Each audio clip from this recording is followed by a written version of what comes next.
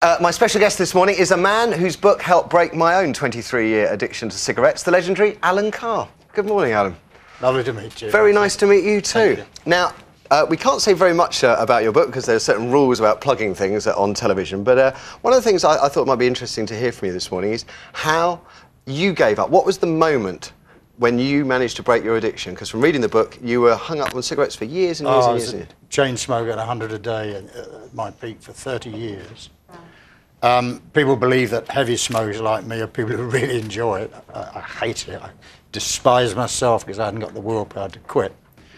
But every time I tried to quit, I was just miserable, and I thought, well, the shorter, sweeter life of the smoker than the long, boring life or miserable life of the non-smoker.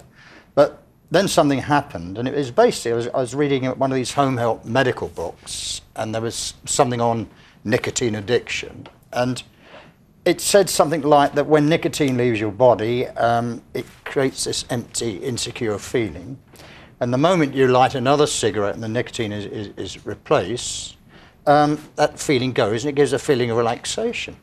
Now, I'd already worked out that all the other reasons smokers give, like, well, I enjoy the taste. Yeah. We don't eat cigarettes. Where does taste come into it? That all those were phony. And then suddenly I thought, this is just like wearing tight shoes to get the pleasure of taking them off. And I then realised that it wasn't a weakness in me, it was just a confidence trait. And I put the last cigarette out. I knew I would never smoke again. I never had any withdrawal pangs at all, physical or mental. And I've never had the slightest urge to smoke since. And then it dawned on me, well, all these other reasons that all smokers are in the same trap. And I thought, well, I could cure any smoker in 5 minutes just by explaining this to them. There you go. And you cure any smoker in 5 minutes, and well, no, I can't. It takes 4 hours. 4 hours. At the clinic, 4 hours. Okay, but well, that's not long, is it? It isn't hours, at all. yeah. Alan, you say it's easy. Even as a sort of disciple of your book, I don't know if I would use the word easy. Well, it depends how you go about it. But we've been brainwashed, like many things about smoking, to believe it's very difficult. And you're talking to somebody that spent a lifetime chain smoking and had so many attempts and found it impossible. And I gave up even trying to quit. I accepted that I was just you would be a smoker for life. But eventually, certain things happened in my life, and I thought, well, just give it one last try. It wasn't just easy, it was enjoyable. Before I even put my last cigarette out, I knew I would never smoke again. I was expecting the terrible physical withdrawal pangs. I didn't have any withdrawal pangs, 100 a day to 0.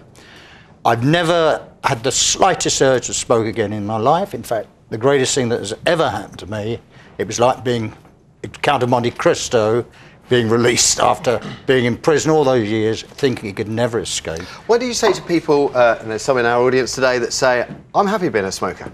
Well, I mean, just think of it. None of us need to smoke before we start. We work so hard to get hooked, and most smokers can remember how foul those first cigarettes taste.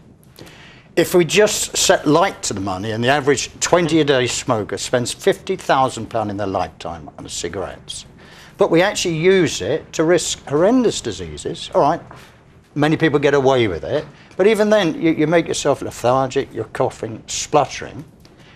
The sheer slavery of smoking never seems to dawn on us. When we're allowed to smoke, we either take it for granted, or if we do think about it, it's, I'm a fool, I should stop doing it.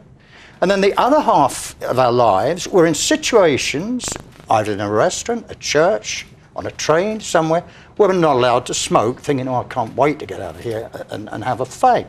Now, what sort of hobby is it that you didn't need it before you started? You spend half your life wishing you didn't do it, and it's only when you can't do it that suddenly cigarettes become so precious. OK, well, what about that gentleman in the front row down here, Shay, that I was speaking to during a break? You're a happy smoker? Yep. Very happy. OK, and what was the question you asked during the break? Well, I asked you, and I anticipate the answer, and you'll probably say it again. I believe you do have children, do you? No. No, all right. No one was that lucky. But if you had children or grandchildren, would you encourage them to smoke? I wouldn't encourage them to smoke, but... you wouldn't encourage them to smoke? I said I wouldn't put them off smoking. I wouldn't say you've got to. Avoided the question. I'm asking you a simple question with a yes or a no. Would you encourage them to smoke or not to smoke? not to smoke if you want the honest answer. Well, that is the honest answer. So you're being a hypocrite. If it's not good for them, and if you're so happy, why don't you want them smoking? If they did smoke, I wouldn't so That's like... a different question. That's the answer every smoker gives. All right, OK, we're not going to pick on our gentleman there in the front row, even though he is a smoker, because we like everybody in this show equally. Let's find out what you at home have to say about smoking. Sarah? We're going to go to Sylvia from Merseyside on line 3. Sylvia, good morning. Good morning. You a smoker? I am, yeah. Trying to give up? Well, I just agree with everything that Alan's just said. I feel the way he has felt. I enjoy it. I can't see me ever coming off cigarettes. Do you want to get off cigarettes? I think I'm starting to now. After what, 42 years? For the money. For the money? Yeah. Well, there's lots of other reasons, of course. You know, yes, of course you're going to avoid serious diseases. Half of everyone you know will drop dead as a result of heart disease. And as you get older, your risk is so much higher, 10 times higher as a smoker. But also, your skin will start to feel better, you'll smell better. And, OK, you know, but what about... All those things are important. Yeah. What about the frame of mind? Smokers know that. They know the reasons they shouldn't smoke. What we seem to overlook is we don't smoke for the reasons we shouldn't.